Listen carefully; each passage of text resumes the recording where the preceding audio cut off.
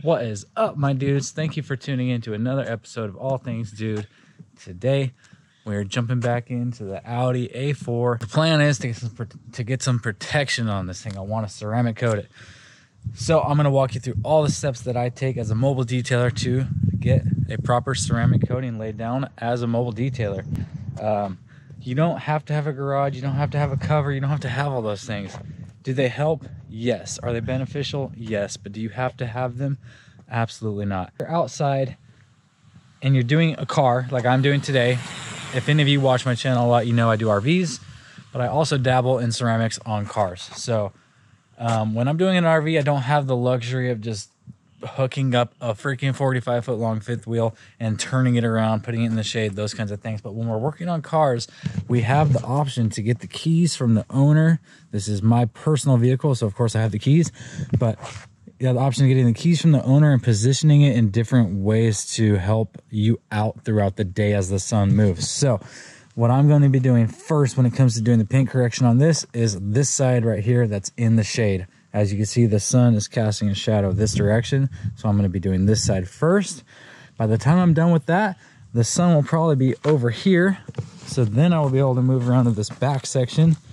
By the time I'm done with the back section, the sun will probably be over there, and I can do this side. If not, we'll just move the car.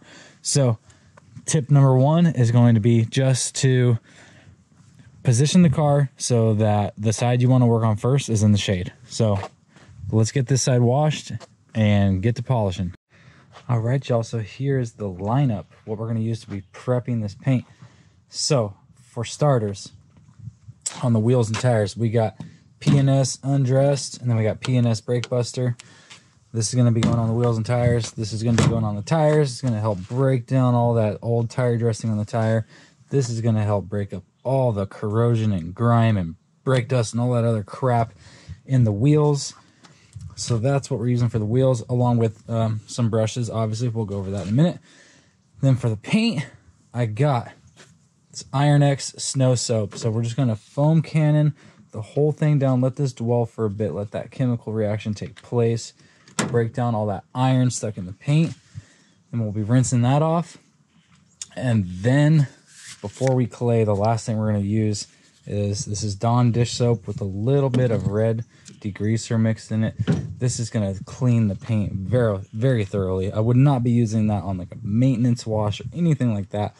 Only using this to completely strip the paint of everything in it. Okay, so that's super important. Then once the paint is fully prepped from washing it, we're going to be using a fine clay bar with some spray wax as a lubricant. Now, depending on the condition of your paint, you might need a much heavier clay bar, like a medium. If you have overspray, then you're gonna have to use a heavy clay bar, but I don't have overspray. The way you can tell is listen to your paint. Listen. Okay, you should do this after you wash it, but it's not making any noise really, except for there's a little bit of surface dirt. If I wasn't about to be polishing this, I wouldn't be rubbing dirt into the paint. So keep that in mind. Don't go rubbing on your car's paint unless you plan on polishing it. But if there was a bunch of crap embedded in this paint, it would feel like sandpaper, and you would hear it. It would literally be like. So this paint is in really good shape. That's why I'm only using a fine clay bar to pull out just those fine particulates that you can't really hear or see. It's just an added safety precaution that we do before we put the ceramic coating on to make sure we pull all that contaminant out. Without further ado, let's hop into it.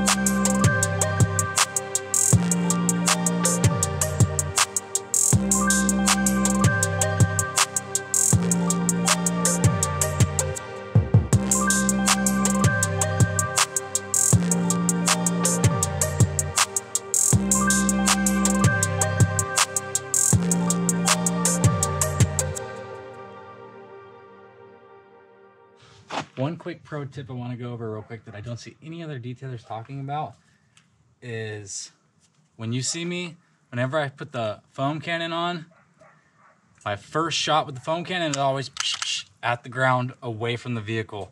Two things when I do that.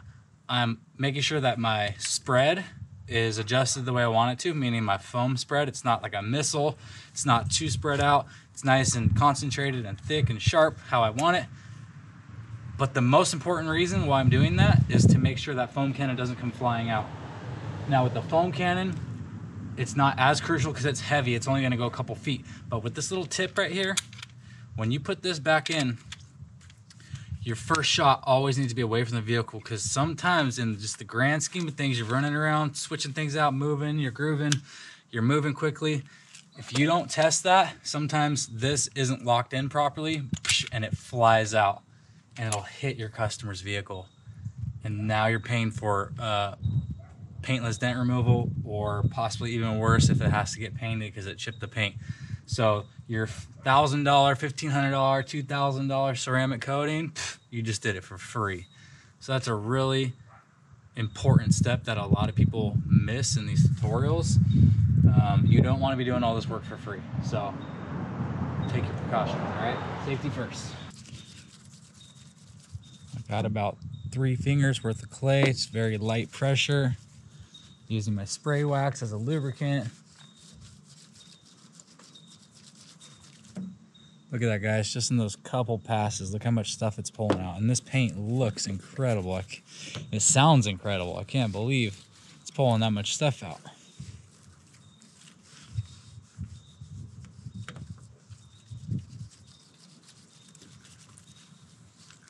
So once you start getting this one surface extremely contaminated like that, knead it in, fold it over, get yourself a nice clean portion again, and keep moving.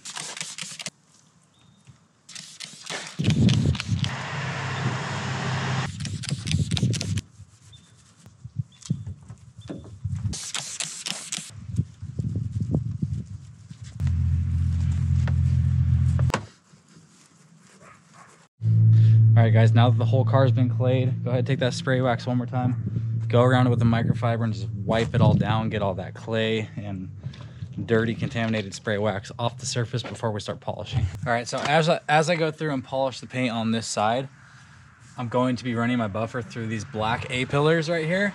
So it's really important that you get this area dry and take some masking tape and cover up this black trim.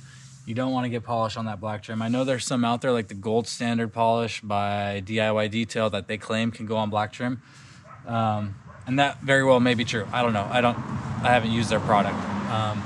But for your basic run-of-the-mill compounds and polishes, it's gonna stain the crap out of those black plastic trims.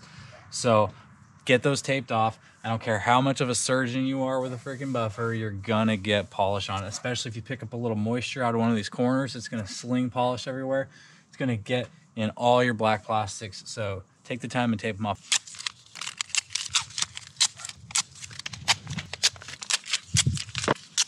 That's what it's looking like. But the important parts are here. I got all the black trim masked so I can buff this in its entirety without worrying about it. And then the most horrific, ugly looking part, all the black trimmer on the mirror, including the black trim underneath, the black trimmer on the window. So, and then if you remember from when I did the blackout badge last week, I already polished this area. So I'm not gonna be running my polisher up into this. I'm just gonna be cutting around it and leaving it. So I'm not gonna tape that off. If I hadn't polished it previously, I would definitely be taping this off because I don't want to jam a bunch of polish back behind there and in those lines and stuff. So we are ready to start polishing. I'm going to show you what equipment I'm going to use right now. Okay, for my polishers, I got this, I think it's like 70 or 80 bucks on Amazon. It's called a Hone Random Orbital Polisher. You don't need a freaking Rupes or a Griot's or a Max Shine or a Flex or a DeWalt. You seriously don't. This is a Hone knockoff brand. You've never heard of it. It's on Amazon, 90 bucks. I'm gonna link it down below, 80 or 90 bucks. It does an amazing job. It's a 15mm throw random orbital polisher. It works amazing for the price. I've buffed down so many freaking RVs with this over the past I think I've had this for 2 years and it still runs like a champ. For the tighter sections, I'm going to be running the Griot's G13. This also, this has a 13 millimeter throw. That's why it's called G13. And then I don't have any 6-inch or 5-inch backing plate finishing pads. They have the 6-inch backing plate. That's a 5-inch backing plate. So for my polishing portion, I'll probably throw it on my Max Shine 21 millimeter. It's Max Shine 21 Pro.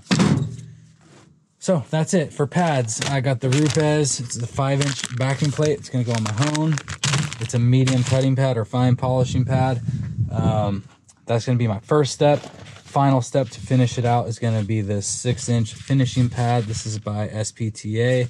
I've been buying their stuff on Amazon lately. Their pads, they actually work really well. I love them. You can get a 3-pack of these for like 17 bucks, 18 bucks, something ridiculously cheap.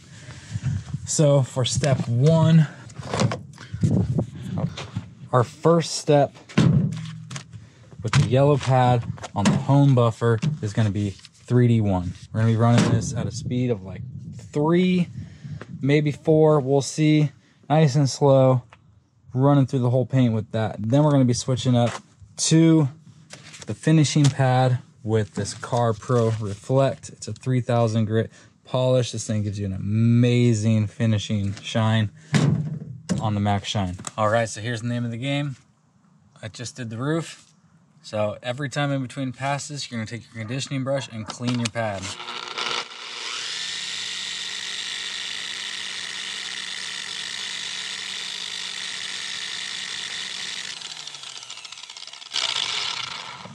If you have a pad cleaner, like a Lake Country pad cleaner, now would be the time to clean your pad in between passes.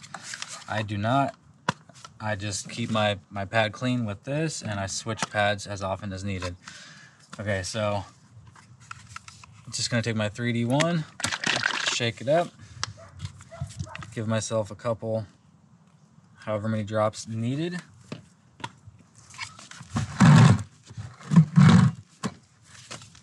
I got the speed set at 2.5. Take my product, spread it out over the area I'm gonna work. Fire it up, first pass, we're gonna spread the product evenly.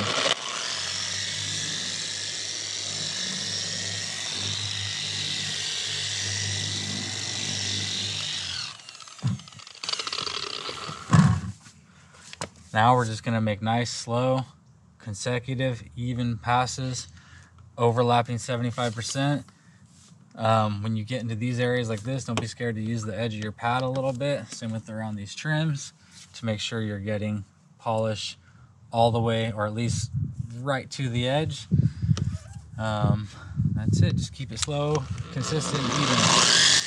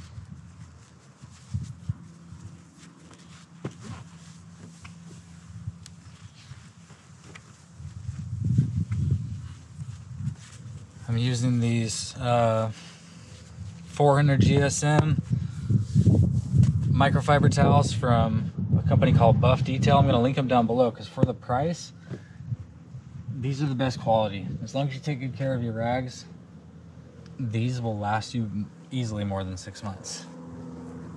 This is a brand new towel right here, but make sure you use the link below, because if you buy the wrong ones, they're going to send you these really cheap thin ones. You got to get the right ones, and then you'll end up with this style. And man, they're great towels and they last forever, especially for the price.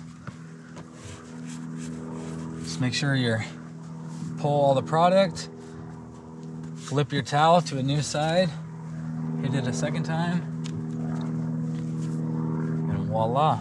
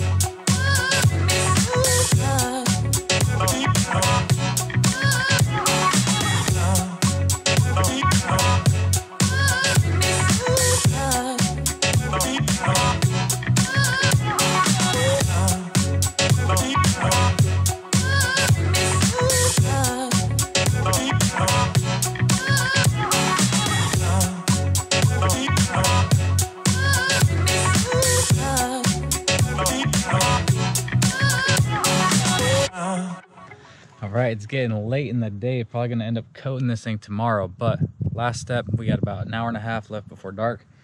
Last step, Carb Pro Reflect 3000 grit on a finishing pad on my 21mm. I don't care what buffer it is. As long as you use the right techniques and go slow and overlap your passes and keep a pattern and all those things, keep your speed down. It doesn't matter what buffer you're using. So for this final step, I got the 21mm just because it's got the 6-inch backing plate on it. So gonna rip through this whole thing now with the polish, which is our last step of correction, and then we'll be coating it tomorrow.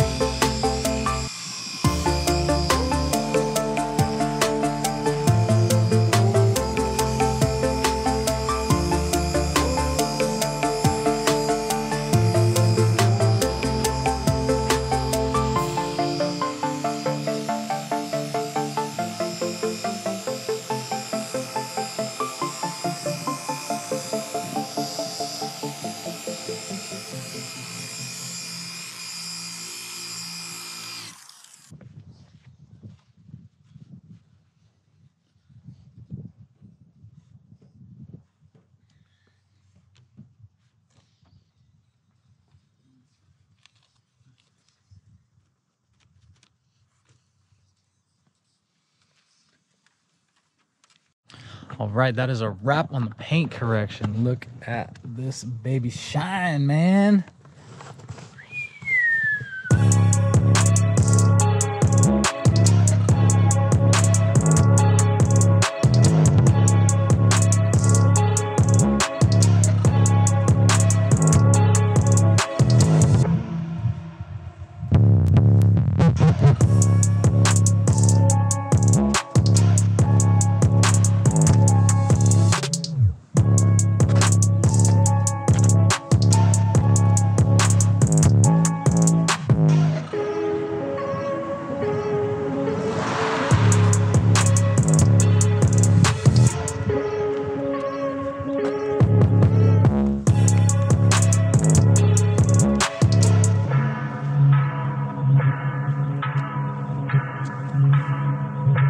Okay, so typically you don't want to apply these coatings in 65 degrees or less temperature because the carrier chemicals in the ceramic coating, in the serum, it should be a little warmer out, like overall ambient and surface temp should be warmer so that those gases can evaporate out in a timely manner. So with that being said, I only have about 30 minutes left of daylight and it's not warm enough, so we are going to coat this sucker tomorrow, but at least we will be in the final stages. So we'll wake up, get after it once it warms up a bit, and take our final steps to get it coated. But for now, good night, see you tomorrow.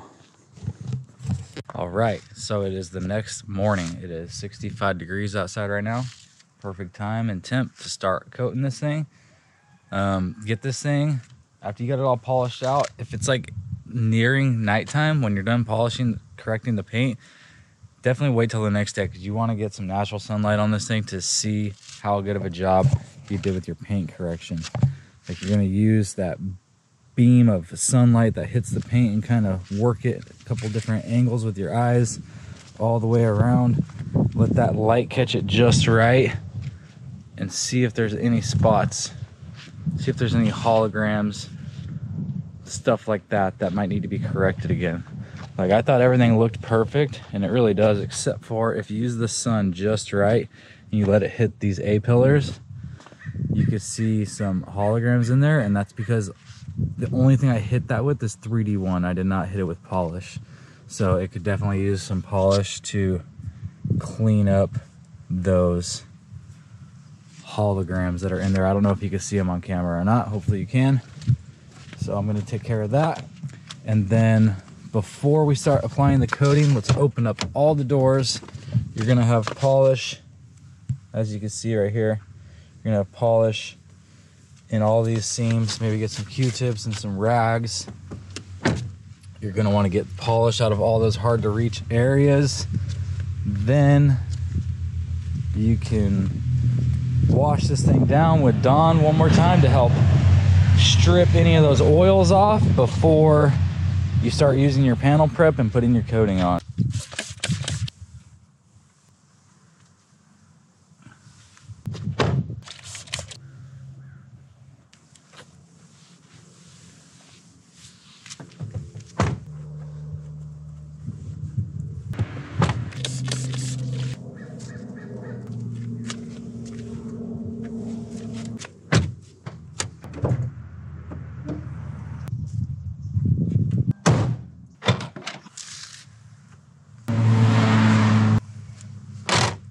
Okay, so like I said, get some Q-tips or some detailing swabs.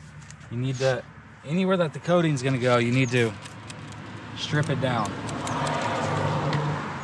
All these little cracks and crevices are gonna be holding polish. Only way you're gonna get them out is with the Q-tip. So I noticed yesterday some previous, let me see, a previous detailer, previous owner maybe, left all kinds of wax or polish in these rain gutters on the roof. So this eraser spray by CarPro, look at that, look at that. Get all that out of there. Look at that, guys. This car's been clayed, washed, polished. Look how much crap I just got out of there. So you can see how important that is. If you put your ceramic on top of that, you're just trapping all that stuff. So you could use the Q-tips on your badges, door handles, your rings, Audi rings. Obviously I didn't polish into those, so we're good. But yeah, take note. You can run it along these edges. A lot of times polish oil and polish will hide in those edges. All right, guys, we are ready to start applying the coating. Now, this is a part where having a shop or a garage to do it in would be very beneficial, but you can do it outside if you have to, like me. So, if I'm doing this professionally at a customer's house, I always assure from the beginning that they have a garage that we can do it in. Since it's my own private car, I'm okay with doing it outside. With that being said, for this part moving forward, you need someone very clean to be able to set your towels, applicators, and whatnot. So in this instance, I have it sitting on the front seat. You're gonna need somewhere handy close by to set things down.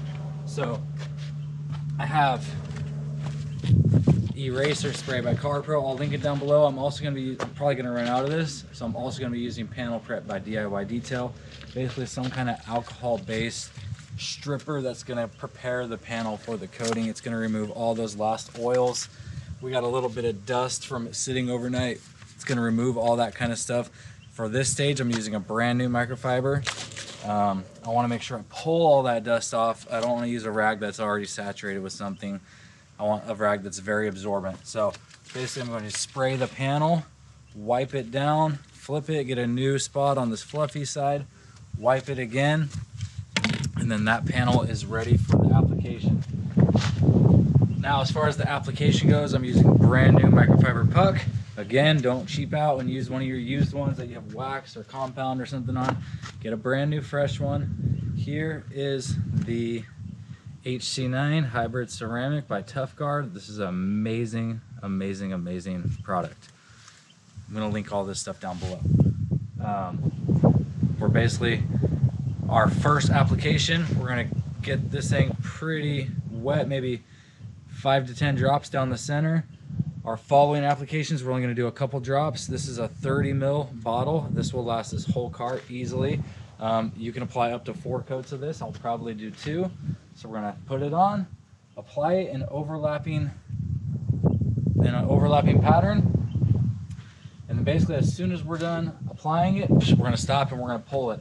I'm gonna start with the roof. I'm gonna go to this antenna, to this rain gutter seam, this whole half.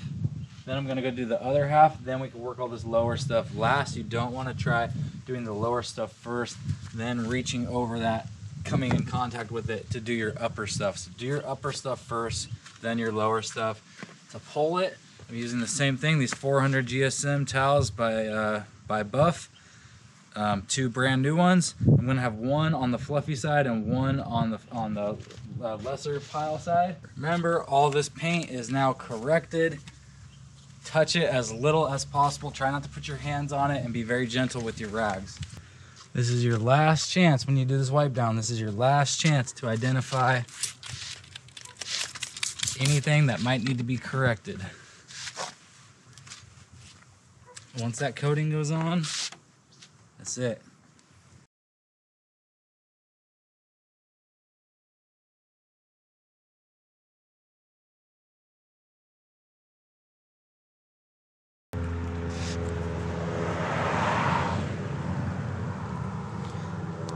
Small area like this, you don't want to use too many drops.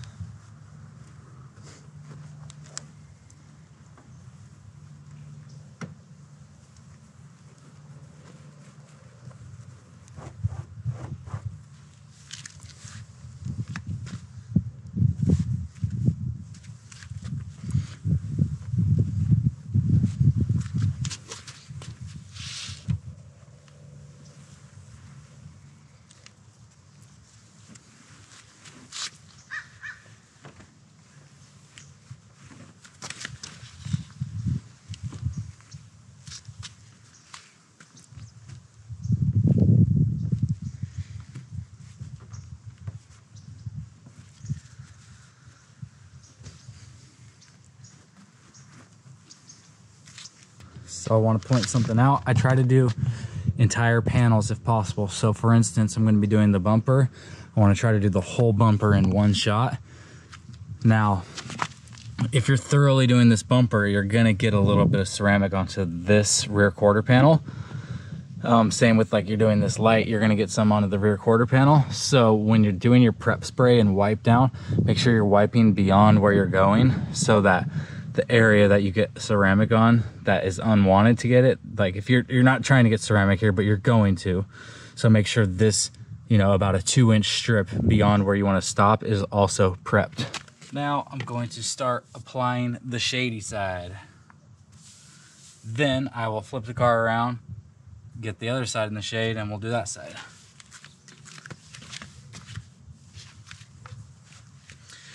So once I get a portion of this side done, I'm gonna switch rags, switch applicators, the whole 9 yards. At this point, it's important to start spraying your rag and not the surface, because we don't want to get that eraser spray, the overspray from it. We don't want to get it on our panels that have already been coated.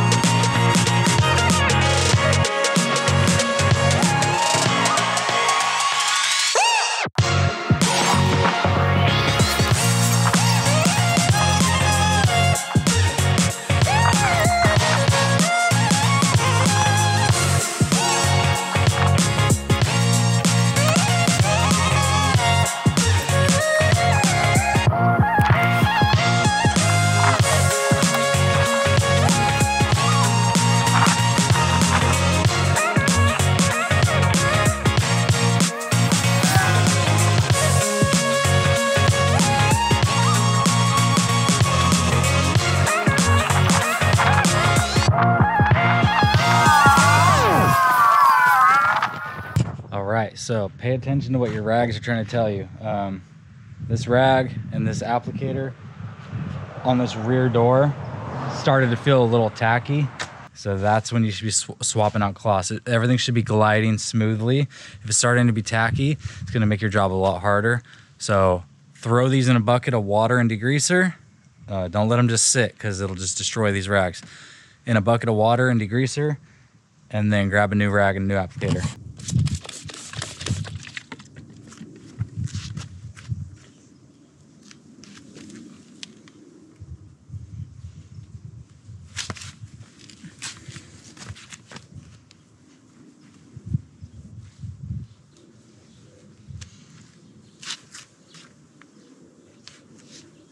Okay, so I got a new applicator, and so I'm going to be a little heavier with my first application.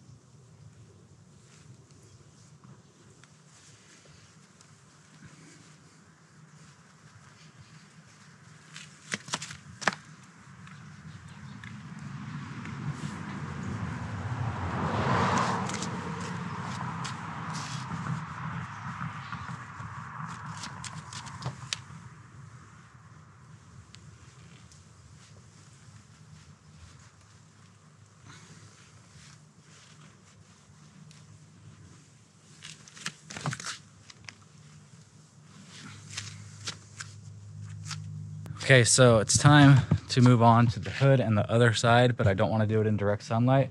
So I'm gonna flip this thing around. Be really careful. You're touching door handles, all those things. Just keep a rag in your hand and don't touch the paint. Don't touch the coating that's already been coated. Leave it alone. I should note that if you're gonna try to do 2 coats on anything, make sure you get your base coat down first. Don't double coat.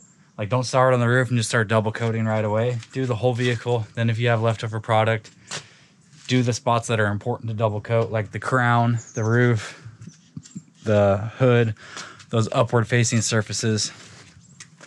Super important, or else you're gonna run out of product unless you got 2 bottles with you. The car is completely coated now. I ran out of product, so I'm gonna use a different coating that I carry on my truck for the wheels, and then we'll be done. All right, so we're gonna do the same process for the wheels as everything else. Hit it with our eraser spray. If you want to take the time and pull these off and polish them, do it. I am getting new wheels one day, so I'm not too worried about it. I just want these to be easy to clean. Just another ceramic product that I carry on my truck. This is a graphene ceramic.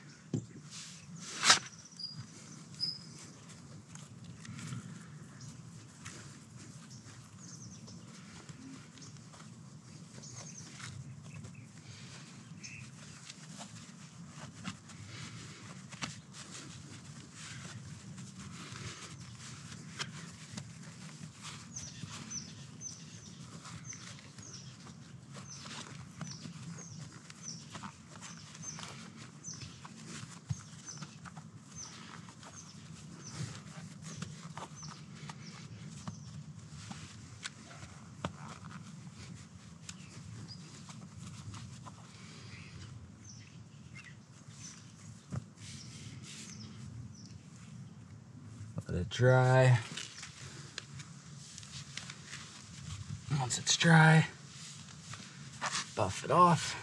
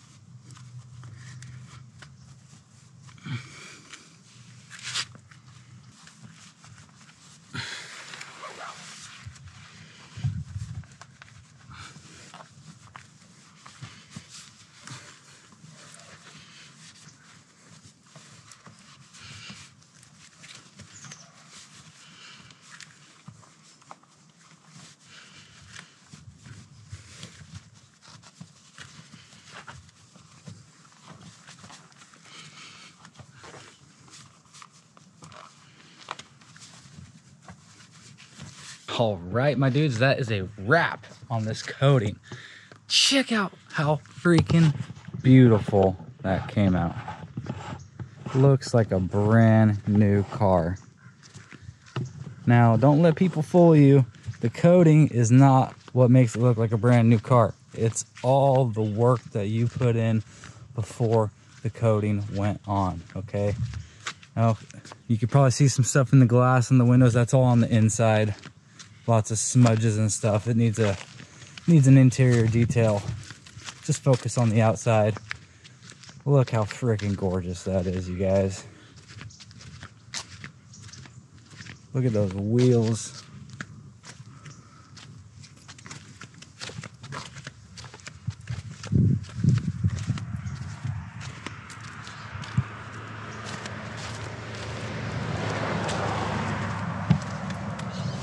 Okay, so moving forward, maintenance is going to be key with every coating. You have to wash these things properly, okay? Quick breakdown, how you're gonna wash it. You're gonna wait 2 weeks. First of all, you're not gonna drive this thing for 24 to 48 hours, okay? Let that coating cure. Then you are not going to wash it for at least 2 weeks. When you do wash it, you're going to foam cannon the whole thing down with a sensitive soap. It is a chemical resistant coating. It is scratch resistant, chemical resistant to everything, but you need to be careful with your soaps long term. If you're using like degreaser or Dawn, stuff like that to wash your soap, simple green car washes, you're gonna destroy this thing. So use a ceramic soap. I'm gonna make a video on it, don't worry. You just watch. Down below in the description, I'm gonna link a video on how to wash this thing here in about 2 weeks. But you're gonna foam it down with a really nice wash wax soap or a ceramic soap. Let the soap dwell for a minute, rinse it all off. You're gonna foam it down a second time. Then you're gonna use a bucket with clean deionized water, a clean microfiber wash mitt, make very light contact, wash the whole thing down, rinse it, and leave it be. You don't wanna put scratches in that coating. We don't wanna have to buff on that coating to remove scratches. It's not a self-healing coating. So just treat it like sensitive, brand new baby paint, okay? Treat it gently. I hope you guys found value in this video. If you did, smash that like button, subscribe for more content, drop your comments down below, let me know what you think, and we will catch y'all on the next one.